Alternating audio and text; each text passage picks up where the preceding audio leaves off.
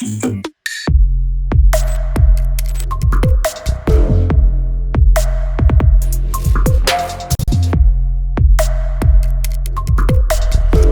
is up, everybody? Good morning, good afternoon, and good evening. Welcome to the first ever Immutable Mindset Live. We've done the podcast before. You guys can check it all out. But what's happening, Kevin? Well, it's a Monday morning for me, Monday afternoon for you, evening for John, who we'll be bringing on soon.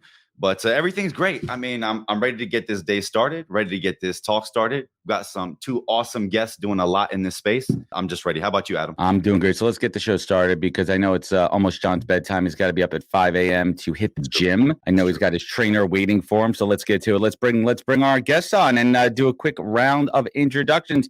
Gentlemen, welcome to the Immutable Mindset Live. What's happening? What's going on? Good to see everybody. We just wrapped up NFT NYC. Just thrilled. We got John in Dubai holding down the Middle East. Great to be here with you guys. Well, it is awesome. So quick round of introductions here. We're going to start with our man in the Middle East. His name is John Kraski. I don't know what his official title is besides Rolls Royce connoisseur, the poppin' collar king of Dubai, the king of LinkedIn, Mr. John Kraski over at Landval. How's it going, man? Thank you. What is going on? Yeah, I guess my official title is Director of Strategic Partnerships at Landvault. You previously had on Sam Huber, my CEO, a few weeks ago. I don't know.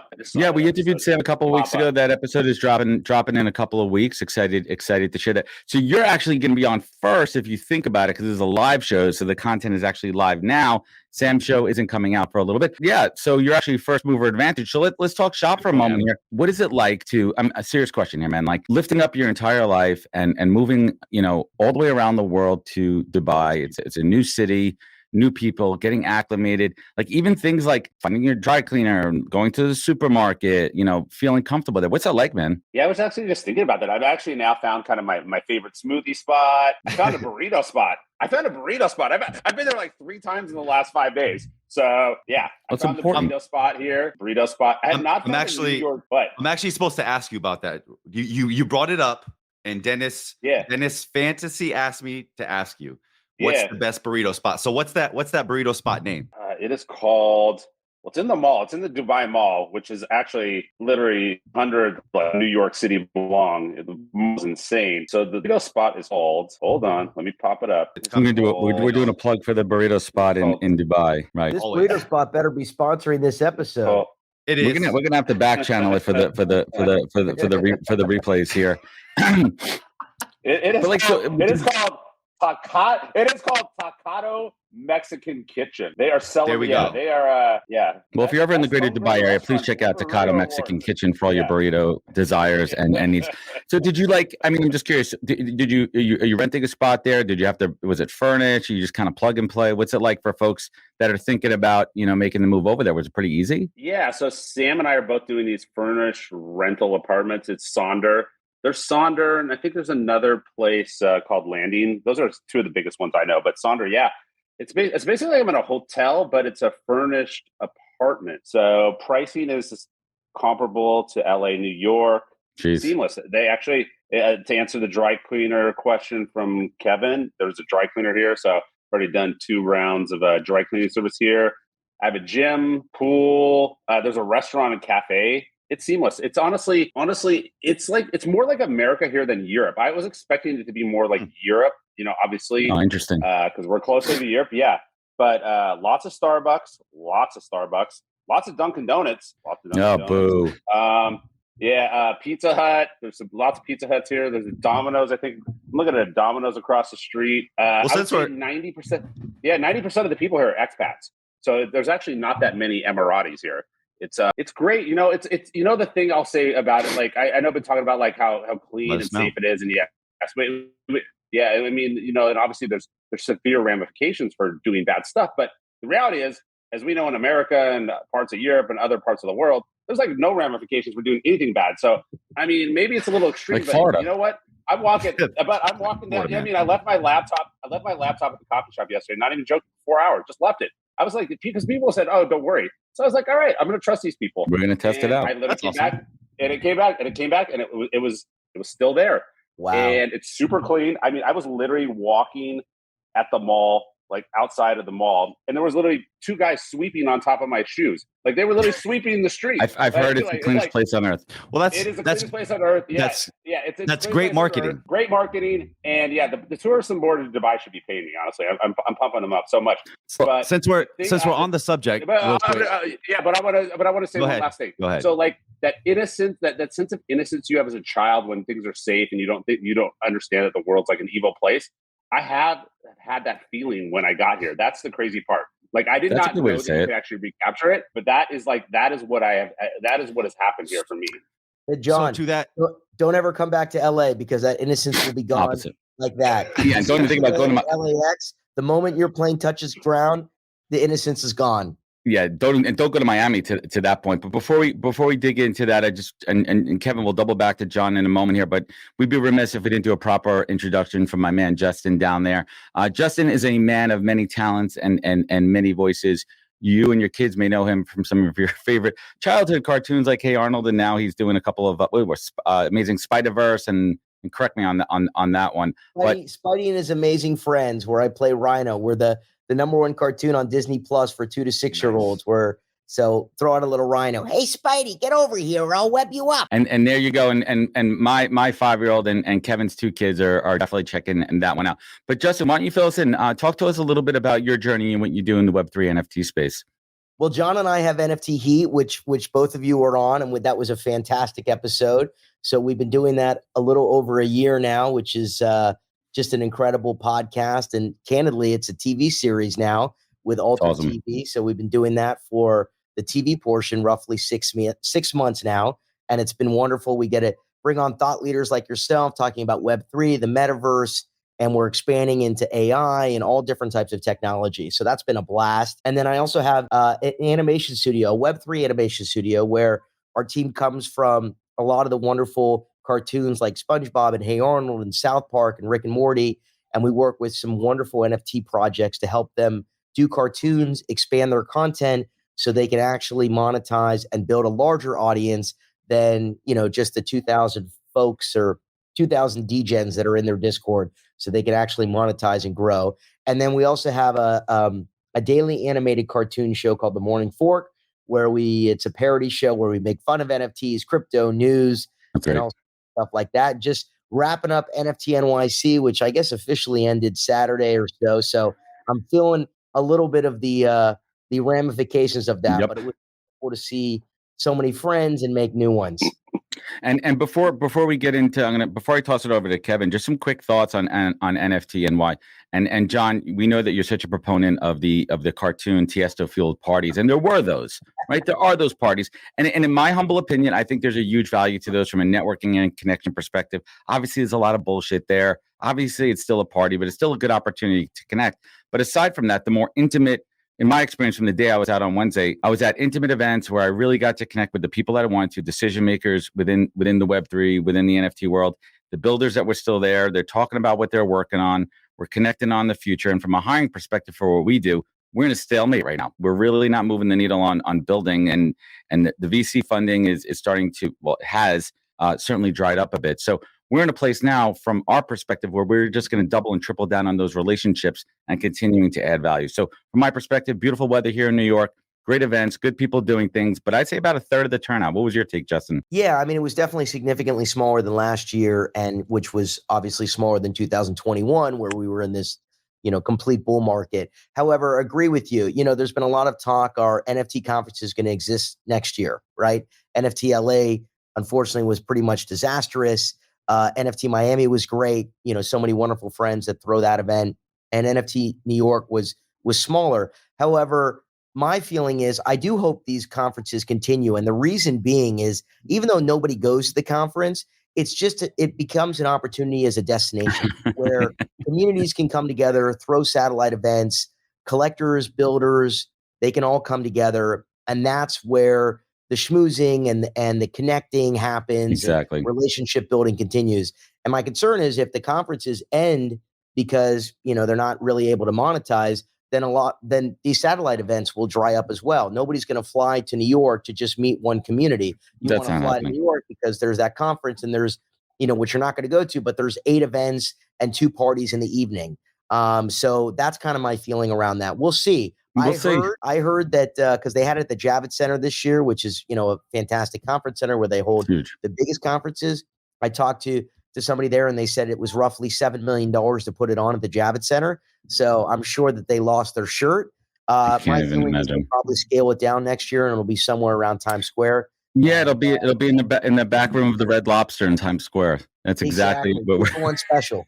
All right. So moving on here, let's get to the crux of it. We invited you guys on not just because we truly enjoy spending time with you on and offline, but you guys are thought leaders and expert in this space. And in our world on the Immutable Mindset, Ken is the DJ and the expert, and I play the role of the newbie, even though I'm Kevin, where am I at these days? Have I moved from newbie to like enthusiast? Where am I on the experience meter? I think that's a good place to be. All right, so we're going to toss it over to Kevin, who's going to lead us through the next segment. Yeah, just curious, so let's segue that. You just left at NFT NYC. I know John is a constant discusser of NFTs. What's your thought process on the let's start with the PFP version of NFTs. Where are we at in the state of the market with the PFP version of NFTs and just NFTs in general? Who's this, to John or to myself? Open question. John, you take it, buddy. I mean, are we talking about bad cartoons? Is that what we're talking about? We're talking about the PFP, right? Good cartoons. Yeah, I mean, you mean the monkey cartoons? Yeah, where are we at that? Like, honestly, I think that phase is basically done. I mean, obviously, there's a few of those projects still around, but those were really well capitalized by big VCs. So the V-Friends, Yuga Labs, the reality is this. The one thing I will say about Gary Vee, he is really the only person that has delivered the utility and the roadmap promise to the holders. I think maybe Yuga on some level as well. They have a lot of money, but I mean, after that, the CryptoPunks, but like some of these OG collections, but after that, I don't know. It becomes a little iffy.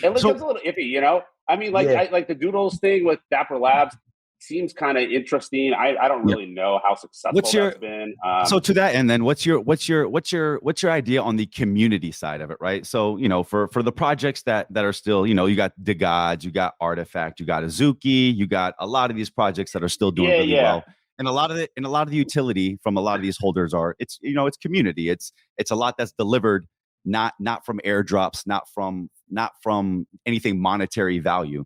Curious, just your thoughts on that. Yeah, I mean, the reality is, okay, I mean, those communities I think are strong, but they're very small. I mean, again, like I really struggle with like the mass adoption part, like a Disney, like are families going to be raising their kids on any of these IPs? I mean, that's kind of the question I asked. And Justin, you should answer this question. Aside from V-Friends? V-Friends. I think the big takeaway, and I got to agree with a lot of what John said, but being at NFT NYC as well, my biggest thing is these NFT projects, these PFP projects, they have to create content. They have to expand their IP or they're going to die. I don't think there was a very, very, very few parties that were actually thrown by the projects themselves because they've run out of money. They don't have any money. Co-op. So most of the events were actually thrown by the community members, which is quite telling. There's no secondary royalties practically. They've all kind of dried up. So from my standpoint, these projects that want to survive to next year or build a quote unquote $1 billion brand have to monetize. They have to work with, whether it's our studio to create cartoons, they have to work with a toy manufacturer. They have to create merch, but they have to create content. Content is what is going to actually deliver them and help. But who's consuming that content? Who's going to consume the content? How's it going to get into the? That goes back to my main point too. Like, is a lot of this content, Justin, even built for mainstream? Are these IPs? Are these really strong IPs that? Because you come from the traditional worker, you're working on like Spidey-Man, you're working on Disney Channel Plus, you're working, you come from the very traditional entertainment world. Name brands. I mean, how many of these IPs are going to really be able to bridge over? Very few into that massive. Very few. And I think it's a combination of the right teams. So we'll work with, a few projects that have sensational teams where they've actually worked for the largest tech companies. So they have a deep understanding, deep relationships. They have, some of them have phenomenal art and great communities. So that kind of trifecta will hopefully be able to bridge the gap into these, Warner Brothers or Disney or Pixar or DreamWorks. But, candidly, most of them are not going to survive. Most of them have been very experimental and fun, and, they've had their run, and that will be it. But there will be some projects that thrive and survive. One second, Adam. 1 second. So interestingly, Justin, you work at a Web3 animation studio. So the tech behind NFTs, I would think would be curious to you in terms of. So let me give you an example. So one of the first NFT projects that I ever got involved in was a project called Deadheads. I was about to bring that up. Deadheads started. Are you familiar with it, Justin? I actually did a voice on one of their episodes. Me too. I love their team. Right? I think it's terrific. Lynette is wonderful. Lynette is wonderful. I love. We had Betty. We had Betty on it. We had Betty. Betty was on our show. Well, that's Dead Fellas, John. That's it's Dead funny because they have very similar names. You got Dead Fellas with Betty, and then Deadheads is.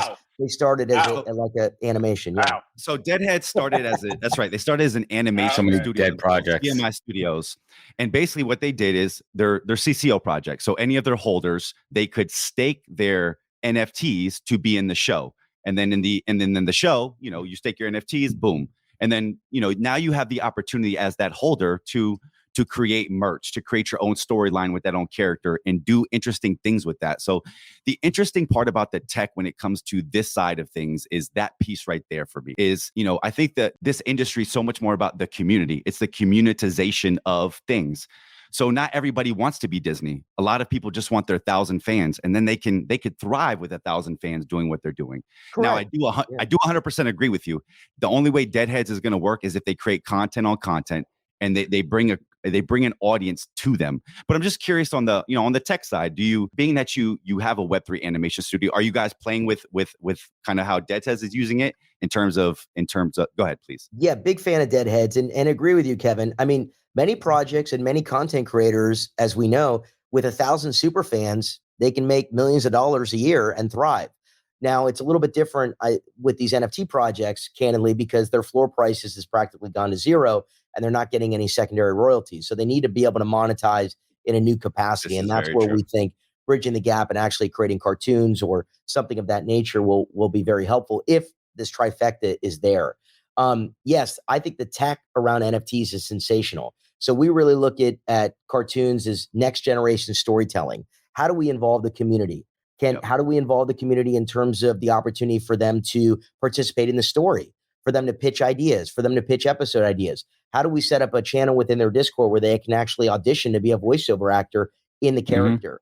How do they stake their character? How do we incorporate NFTs into the cartoon where they get some behind the scenes content that obviously is tokenized? So all of these opportunities are fantastic. We're in the very early stages, right? All of us here, we're pioneers in this. I wouldn't even say we're early adopters because candidly, most people don't even know what NFTs are. Is that word going to stay around or is it going to be transforming into digital collectibles? Amazon is launching, their platform in the beginning of June, and NFTs won't be anywhere there. So yes, I'm a huge believer in the tech, and we're very excited to be part of the revolution that all of us are in. And I also feel like we should address some of the questions. We got Liam throwing out a bunch of fun stuff. Yeah. Calling John, he's got to be rolling around in his rolls in Dubai. Well, to that, that's a good one. And Liam did throw a good question here. John, what are your thoughts on? So let's talk about the non-PFP version of NFTs. Let's talk about some of the cool things that some of these big brands are doing. Yeah, John, what's your take on Starbucks Odyssey, Nike Swoosh, what some of these big brands and how they're entering the NFT scene? I mean, the Starbucks one is interesting to me. I don't know why they didn't build that on the back end of their regular app. To me, it's just strange. It's a separate app. I know that the Polygon paid Starbucks roughly $30 million. They did their first drop and it generated about $200,000. So basically they have negative ROI right now. Although probably for Polygon in terms of marketing splash, that was amazing. So they probably got hundreds of millions of dollars. Big time. It's a long play. So that one's interesting. I think it's weird that it's a separate. It needs to be integrated. Like I think any of these companies that are these brands, it needs to be integrated in the regular mobile app. I think mobile is really key to driving mass adoption. We're even at Land Vault, we're changing up everything in terms of our strategy now. I mean, we're still, our early builds were Sandbox Decentraland. Now it's more of a white label metaverse solution built, on the back end of Unity, Unreal. very mobile friendly. It's just it's a whole different world. We've really listened to brands and customers and what they want, and we're continuing to pivot. So I mean, honestly, I'll tell you this right now, and like in 30 days from now, our strategy will probably be even slightly different than what I just explained. I mean, you have to be constantly moving and listening to the customer and listening to the brands. Yep. So yeah, I mean, the Starbucks one, yeah, it's interesting, but again, I really wish they had built it into the regular app. And just like, I think the key is that nobody even knows they're interacting with this technology. I think that's the key, because I don't think most people are going to ever care about NFTs, Web3. I mean, because the reality is, I don't remember ever hearing the words Web 1 and Web 2. And I seem to just, adopt most of this technology like everybody else. So I don't know how Web3 became such a thing. I mean, listen, it's a catch-all. Everything needs a catch-all. Everything needs a branding name forward. Everything needs to be. We didn't have social media. Yeah, I think John brings up a great point, which is what he and Sam and their team are doing with LandVault. Is you have to be very agile in this space. You have to be able to pivot, listen to your customers from the NFT perspective. Listen to the community. What does the community want? How do you bridge that gap and move the space forward? How do you move that NFT project forward? And you always have to be listening, communicating, and pivoting and being agile. And the folks and the projects that do that successfully are going to be the ones that thrive. Yeah. Well, since you're go ahead, Adam, please. No. I was just going to say, and I agree with John on this one, and we've talked about it too. And I think that the last 2 years of the negative PR from NFTs, the rug pulls, the scams, the devaluation, have really scared people off. And when people hear about wallets getting robbed, like, wait a minute, I'm going to connect my wallet with all my assets to it just to get a bonus point on my coffee.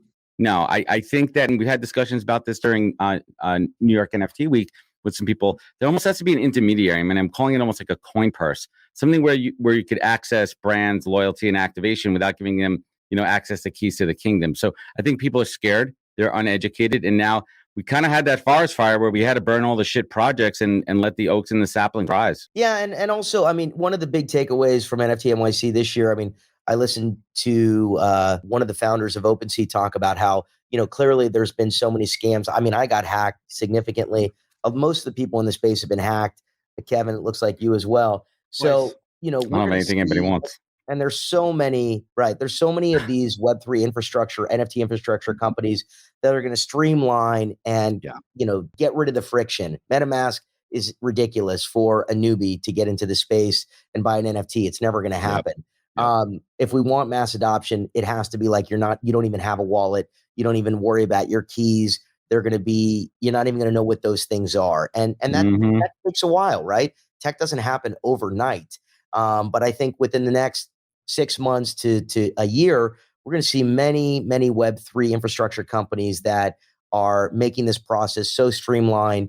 Starbucks, for example. But as John said, I agree. Why do they have a separate mobile app? Most of these brands that are entering through LandVault and through some of these other companies, they're going to be coming into the space and they don't want any of this friction for their customers. So that tech is being built right now. Those are the roads and bridges we all talk about with infrastructure. It just takes time. It's not going to happen overnight. But when it's here, that's when the mass adoption is going to come into play. Yeah. But, I mean, my favorite example of a brand that has done it right is Aloe Yoga. We had Angelique Vendette, their CMO, on. Yeah. There's a lot of reasons why they're doing it well. First off, she's the only decision maker in the room. Like, the CEO of that company wants nothing to do with Web3. They don't even know about Web3. They empowered Angelique to make all the decisions, but she has kept it. She just took what was in front of her and did it well. On the NFT side, she just did a simple loyalty membership model. Just leveled up the customer experience for their existing customers. She knows who her customers are, so she just leveled it up for them. You get access to like special fashion week events, special gear, things like that. And then on the metaverse side, she was just like, hey, let's just build in roadblocks because that's where the most amount of customers are and that's where the data is. Makes sense. She kept it really simple, and honestly, she crushed it. Makes sense. And but again, it goes back to the original point though. She was the only decision maker in the room, because that's where a lot of these brands are struggling right Process now. paralysis. Way too many cooks in the kitchen trying to make decisions. Yeah. I just want to give a shout out to Liam firing off some questions. I was going to say, Adam, Liam, can you put Liam's last comment back up? And all the comments. Thank you. Really appreciate it. I have Liam, I got you. I have a question. There's a good question right here. So mass adoption. I go back and forth with everybody about mass adoption and this thought process that we have, right? And we've been hearing it since I've gotten here. I've been hearing about mass adoption since 2018. This is going to be it. This, DeFi summer. Oh, it's DeFi. Oh, it's game. Oh, it's this. And so, most recently we hear that gaming is that thing. It's going to be that thing that brings everybody on board. What are you guys' thoughts on mass adoption? Like, in my opinion, it's death by 1,000 cuts, right? There's going to be 1,000 things that happen that are going to bring people on. I don't think there's going to be that one killer app. There's not going to be that one thing that brings everybody. I mean, heck, I barely know any gamers, so I don't think it's going to be gaming. What are you guys' thoughts on mass adoption? Is there going to be this one thing that happens, this one event, or just, what are you guys' thoughts on that? I'll take it first. John, you go. No, I mean, the only thing I'm going to say is just, I feel like the model is whatever happened with ChatGPT. Like I think that will happen for Web3. It's only on LinkedIn, by the way. That's all I'm going to say. Justin, you go. No, I agree. I mean, it's like you want to talk about one event that transformed the world, ChatGPT, and suddenly now everybody's an AI expert. But it is. I mean, really, AI is pretty unbelievable, and it's how disruptive it is to every industry. Everybody's using ChatGPT and Midjourney. I mean, I don't know everybody, but at least folks that we know. And AI is going to be, is so disruptive. And that's one thing. But in terms of Web3, how are we going to get to mass adoption? I firmly believe it's going to be, that's why we have a studio. I think it's going to be a cartoon that actually makes that leap, and that is on Cartoon Network or Netflix or Disney or Nickelodeon. But in addition, it's going to be, once that launches, seamless for folks to be able to buy an NFT. Either it's going to be MetaMask, which I highly doubt, or another product out there that you're not even going to know you're buying an NFT. It's going to be integrated into your life, digital collectibles, in a way that's fun and seamless and education. Maybe the Solana phone. But look right here, what Giancarlo is talking about too with Reddit. I didn't mean to cut you off there. Reddit did it. Right. Reddit did it, and they didn't even call it NFTs. They didn't call it the avatars, right? There you go. So it's going to be a numerous things that really come into play, and a lot of this infrastructure that's being built now. When is the magic time that it's going to happen? I mean, we're hoping for the bull market to resume mid to late 2024. How about now? Fingers crossed. That's kind of the thought, and that gives us, about a year in tech to build, which is, I mean, tech moves fast, so that's possible. But my original point about the ChatGPT was, look, it literally took you less than a minute to sign up. It was just like you sign up for any other account in the world. Literally, you just attach your Gmail address, and then when you see the interface, it looks just like Google search. I'm telling you, that's what I'm trying to say. That's what Web3 seamless. It was very familiar. It was already a customer journey that the customer, every customer has already gone through. That's been on the internet anytime in the last 10 years. So that's what I'm trying to say. Web3 needs that. That's the mass adoption moment. Nothing that exists right now in the space even resembles that. And it's just funny, Justin and Kevin. I mean, I don't want to be mean, but the fact that you guys are pros in the space and you're getting hacked, I mean, that's a bad thing. And there was other big time pros that get hacked. That's not good. Yeah, but then for every one of those, there's, we still get phishing emails. Web2 people are still getting hacked. You've been a pro of 30 years and you could still get it. So senior citizen. I hear you. I definitely hear you. We're so nascent, right? Like Justin said, we are all still the pioneers. We are the early adopters. All this BS about we're in this, no. We're way early. We are so freaking early. People still think NFTs are PFTs. They don't understand it's a token. They don't understand all the tech that's behind it. So, we still have a long ways to go. Go ahead, Adam. I know you're going to say something. No, nothing. And I think there's a logical transition into speaking early days of the metaverse. We're in this early days of the metaverse where we're not getting a lot of the scammy thievery kind of thoughts on it, but we're kind of getting, why should we care about it? Who's going to use it kind of thing. And I think that leads us to talk a little bit more with John about, what the big brands are doing, what their vision is. Am I going to go buy a Hershey bar in the metaverse? What the hell does that mean? John, what's the take you're getting from big brands when they come to you? Where does that advice start from a strategic standpoint of understanding what, where, and why they want to build in this space? Or is it shit, the CMO says we need to build in the metaverse and now it's just a checkbox. I'm the senior marketing lead. Now I got to talk with the land vault guys and say, oh, let's build a Hershey store in the metaverse. Like, how does that conversation work? Yeah, I mean, the problem is, I mean, there's a couple things. I mean, brands definitely want to get in and get those data points. The brands that are doing it are the ones that have their executive teams that have signed off on it. So that's step one. Then you have a group of brands that are interested, but they don't have the money, the budget. Obviously, I don't know. Are we officially in a recession? I don't know if has that been claimed, or we're close, right? So for a year now. We won't know till 2 years after. Yeah. Right. So there's a lot of brands that they have executives that are interested in doing it, but they don't have the budget or the money. Yeah. So we have to attack it at different ways, right? So I mean, we're coming up with creative solutions internally to address all those issues. But the brands that are like the Alo Yogas, the Starbucks, the Nikes that are getting in there, they're the ones that they're collecting the data now. And it's interesting. A lot of them want to partner with us on the tech side. A lot of them have realized, hey, our IP is not ready, like a Disney or whatever. It's funny because most of the entertainment companies really haven't leaned much into it, which is kind of shocking. Everybody was predicting it would be sports, entertainment. Entertainment's really kind of sat back. We've actually seen most traction on our end, finance, banking, governments. It's I believe super interesting.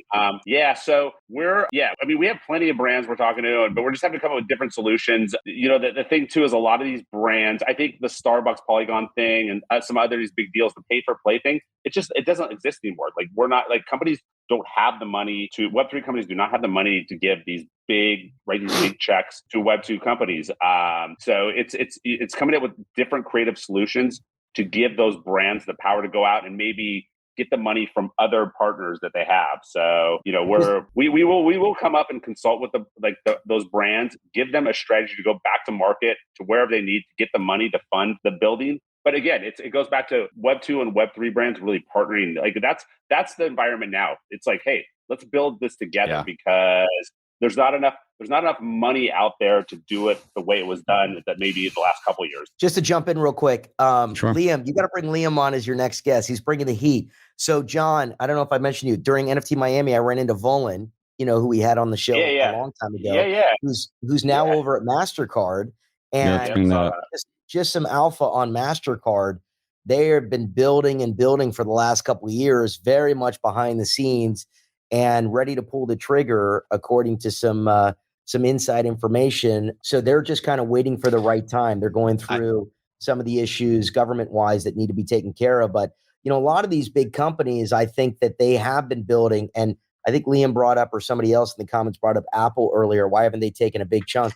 From our standpoint, they have an army, right? They have an army of engineers, these companies that are $1 trillion companies or $500 billion companies. Who knows what's going on behind the scenes? But we end up finding out. Well, obviously, John would know beforehand with Landvault, but a lot of us out there, we may not know until they make the press release and they're ready to go. But they've actually been in the works, tinkering away, building some infrastructure for the last 24 months.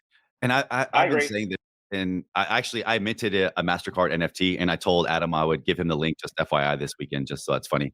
But I said this, big brands, they run after the money, right? So in 2021, they had all the announcements for us, right? This was happening and this was happening and this was happening. What incentive does a big brand have of coming out and saying that they're doing this? None. Nobody's looking, nobody's watching. As we all said, right? We're the players that are here. We're the early adopters. There isn't enough of a groundswell outside of our space, I believe, that would make sense for them to announce all these things just yet. So what I think they're doing, like in Apple, is they're waiting. They're biding their time, right? Waiting for that time to pounce. You saw today, right? They announced that weirdly, finance and tech are getting a lot more cozy. They announced a 4.1% APY yield on an account at Apple. Mm-hmm. I thought that was really interesting, right? They're getting into finance, right? Crypto, blockchain. So maybe they're coming in through the back door. Maybe we're thinking entertainment. They have the cash, right? They're coming in through a different way, and then little by little. But So you're saying Apple? You're saying Apple's the new bank of the future? They could be. Well, but listen, right? Think about this, guys. What has Elon Musk been talking about? He's been talking about becoming the super app, like they have in China, right? The X app, WeChat, which does finance, which does everything. It's the one app stop shop. I think that people are paying attention. It feels like Apple's going to come out. And it just feels like, right? You heard like Liam, who's been killing it. Liam, BlackRock is talking tokenization. Larry Fink has been talking about tokenizing the world. all assets are going to be tokenized and put on the blockchain. If BlackRock says it, it might as well be the US government that says it. So I feel like there's just this groundswell, and it will happen little by little. But right now, there's just no incentive for these big brands to come out and do this. They're looking at Starbucks. They're looking at Nike. They're looking at all these ones that took the risk. And then I let feel them like go first. let them go first. What do you guys think? Yeah, I agree. I mean, the entertainment companies, Disney had VV, right? We thought maybe Disney would buy Dapper Labs, Warner Brothers, CAA, all of these big entertainment companies or talent agencies or production companies. Most of them had Web3 teams. Some of them still have Web3 teams. A lot of them have disbanded them because, again, in 2021, there was money to be made. It was a gold rush. And then 2022, and now here we are in 2023, we've been in a bear market for a while. For those big entertainment studios and companies that manage massive IP, they don't want to be in a place where it could potentially be a rug pull, or potentially they don't sell out of their project, or they end up spending more money to introduce it, and they're not really doing much with it. I think, as you said, Kevin, agreed, they're biding their time. They're either building behind the scenes or they're waiting for the market to return, and that's when they'll release some projects. But at this point, what's the point for them? From my perspective, this is a golden time to be building. If you're an NFT project, build your IP and then be able to bridge that gap and kind of be that 2.5 and be able to reach out to those studios and say, look, we have original IP. We have capital. We've got a great community. We have great art. Here's a sample of a cartoon.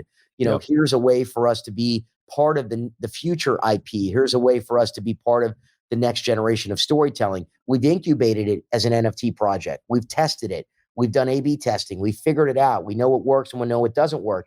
And now let's bring on and work with the big boys. So that's kind of what our thoughts are.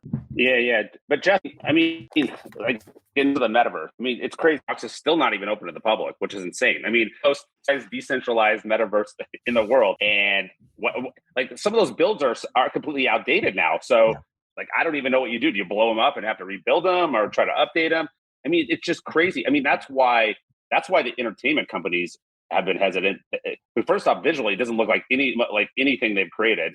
And they're scared as hell to activate their premium IP in such a clunky, unvisually pleasing environment. So I agree. You're the metaverse we talk about building, but we talk about the building. But I mean, I just think the technology, like you guys said, we're early. I think the technology is just not even there to support mass adoption. That's the other issue. I think NFTs are there in terms of like a membership model, loyalty. I mean, I think the technology is there to support something like that. But like the metaverse, like that's definitely not ready for mass adoption quite yet. Agreed. I mean, we're getting there.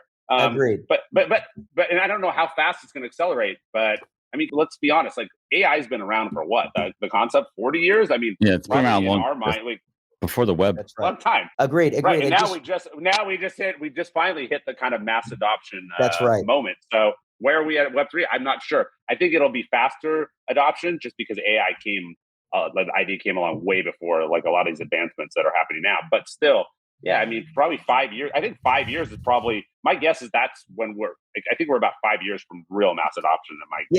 I agreed. I think that makes total sense. And just one thing to add to that is, part of me was always like, all right, Sandbox is Decentraland. This is ridiculous. There's no users there. All the users are in Roblox and Minecraft. That's where the brands want to be. But I've been thinking about it more recently, which is, look, these big metaverse companies, a lot of these stuff that we're kind of working on, or we're not working on it, but tangentially, we know the builders that are working on it. They're experimenting. This is an experimental phase, and a lot of this stuff is going to go away. A lot of it's not going to work. A lot of the users are not going to adapt to it because it doesn't make sense. But we shouldn't necessarily be condemning that, right? Because in new technology comes a lot of experimentation that doesn't work, but something that a company maybe have experimented on will lead to something that's transformative. And I think that's kind of where this space is, especially in the metaverse. I mean, I'm not bullish on most of those companies surviving. Candidly, I think it's going to be the big video game companies that are going to come in and dominate, like EA, et cetera, that have all the users. But that doesn't mean that something that Sandbox or Decentraland built or tried to build isn't going to turn into something that will be transformative in 5 or 10 years. Well, not to get too nerdy, but that's why I'm so excited about this space, the composability, right? Exactly what we're talking about. You know, the languages that we're using to build a lot of this, they're composable. So a developer can go on top of another developer's code and build something even cooler than the last one built. That's what's so awesome about this space is it feels like I think you guys are exactly right. I think you're 100% right. We're close. That again, I don't think there's necessarily going to be this one mass adoption thing, but again, tech takes a long time to build, long time to secure. But we're in that experimentation phase where you're going to figure out and see what happens, right? Coin ordinals. That's a great representation of an Let's talk about that. Who the heck that was a Bitcoin maxi wanted a NFT on their blockchain? I don't think they did, but spawned out of that. Now my guy Giancarlos in the comment section, the gods, Utes, they went over and built some NFTs and some IP over on Bitcoin, and those things are flying. I think they're going for like four Bitcoin right now. And now that spawned Udi. I don't know if you guys know Udi, who's kind of a big Bitcoin influencer. Now he's talking about building all this stuff. So it just feels like it spawned a new excitement, a new energy, and that's Justin, you hit the nail on the head. Experiment, like that's what it does, right? You get excited, you hear about something new, you're like, oh, I didn't think about that. Now you have new thoughts, and then you build. That's what's so exciting about this space. That's where it feels like we're at.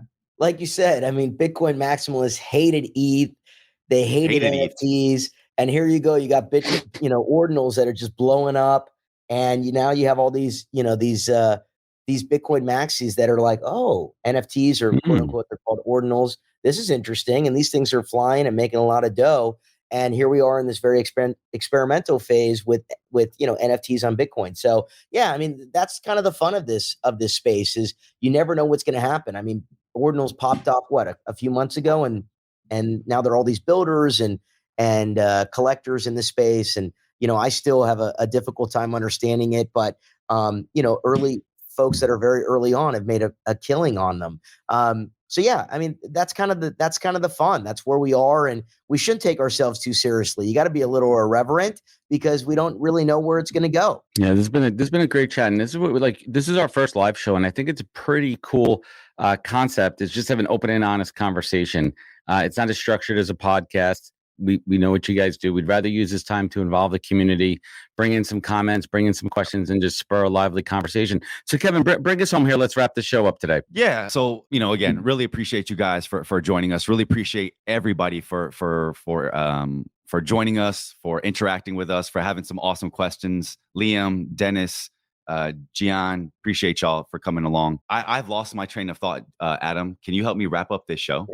Yeah, no, I absolutely here. So I want to do one kind of final hot take question to each of you here while Kevin kind of regains his thoughts on this Monday morning here.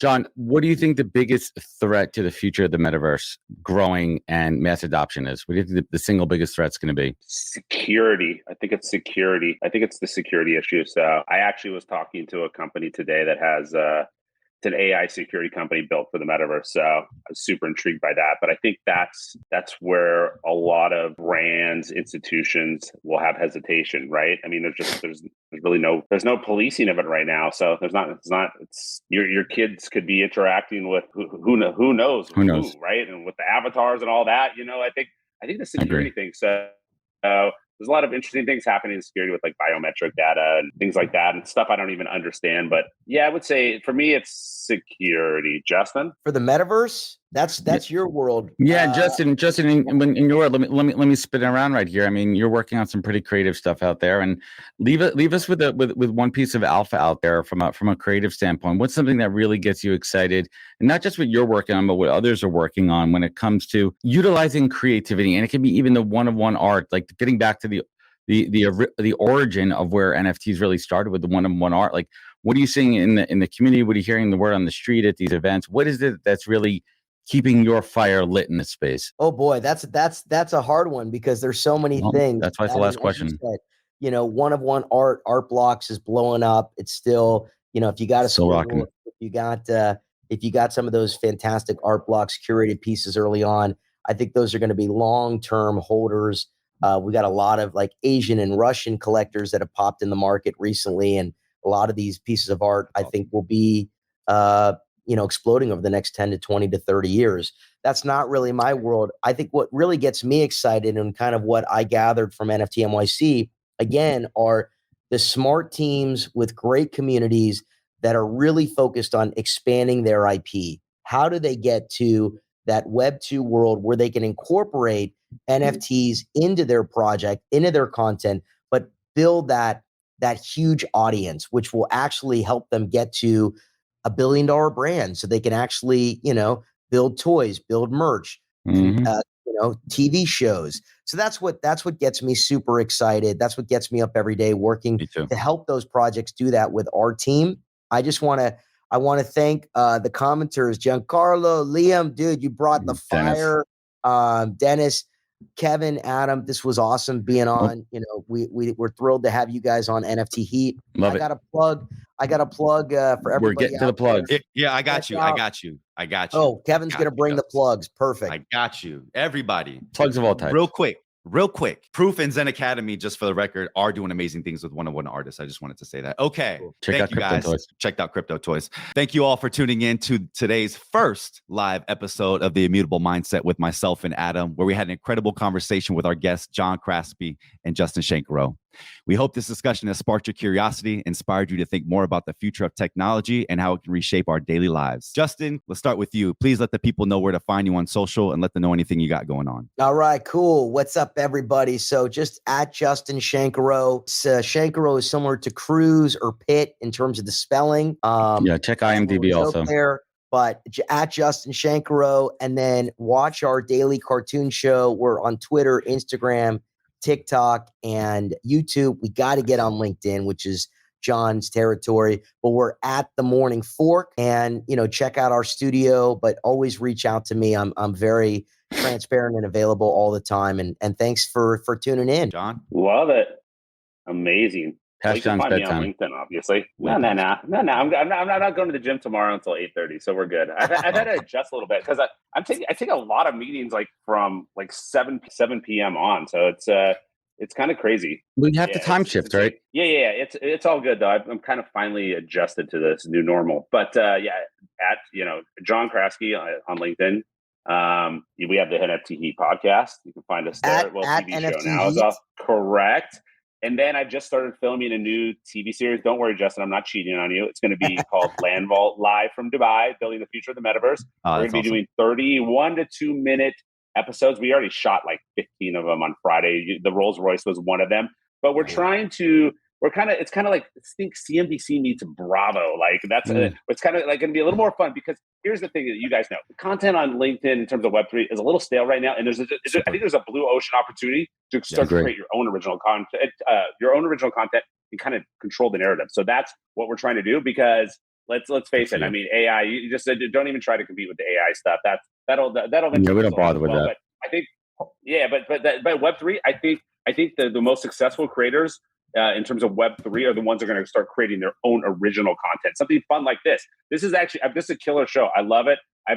Trust me, Justin and I have done tons of podcasts and guest appearances. This is by far probably one of my favorites. It's just interactive. It flows naturally. It doesn't feel forced. Yeah, I would come back anytime. I mean, it's fun. It's you guys have we're chopping it up. So, don't worry. We know you're sending us the private jet to go to Dubai. We know. Don't worry. Are we going to see you on Bravo? Just a virtual private jet. I was going to say we can't do the Real Housewives or the Real House Husbands, but what is it's like $1 million listing. The real DJs of Web3. But so real DJs of Web3. But somebody said $1 million metaverse listing. Well, they're out there right next to Snoop Dogg. But I do want to kind of close on one final thought here. Because this is what Kevin and I are doing with our show. With the Immutable Mindset, right now we're about 12 to 15 episodes recorded, 9 episodes aired. It's an experiment for us. It's an iteration. Last week, Kevin and I had a breakthrough as far as how we're going to reframe kind of our show because we felt that we were kind of lost and being very open and transparent as far as who are we talking to here? What's our target? Are we talking to everybody and then we're talking to nobody? So we're reframing the show up. This is the start of it where we're going to be doing 2 types of content. These open format probably once every couple of weeks, and we'll be doing a lot more of them. And then our show is going to take a little bit of a turn. Same awesome guest, but we're going to be a bit more laser focused on where we're going with it. So Kevin, John, Justin, I want to thank everybody out there. You know where to find out more. You can check us out on the Immutable Mindset across all social media channels. Find us in the links. You can find us on Apple, wherever you listen to your favorite podcast. Check out more. Gentlemen, have a great day. Everyone out there who interacted, everyone who's listening on the replay, we thank you. Have a great day and take care. Goodbye, everybody. Stay curious. Bye.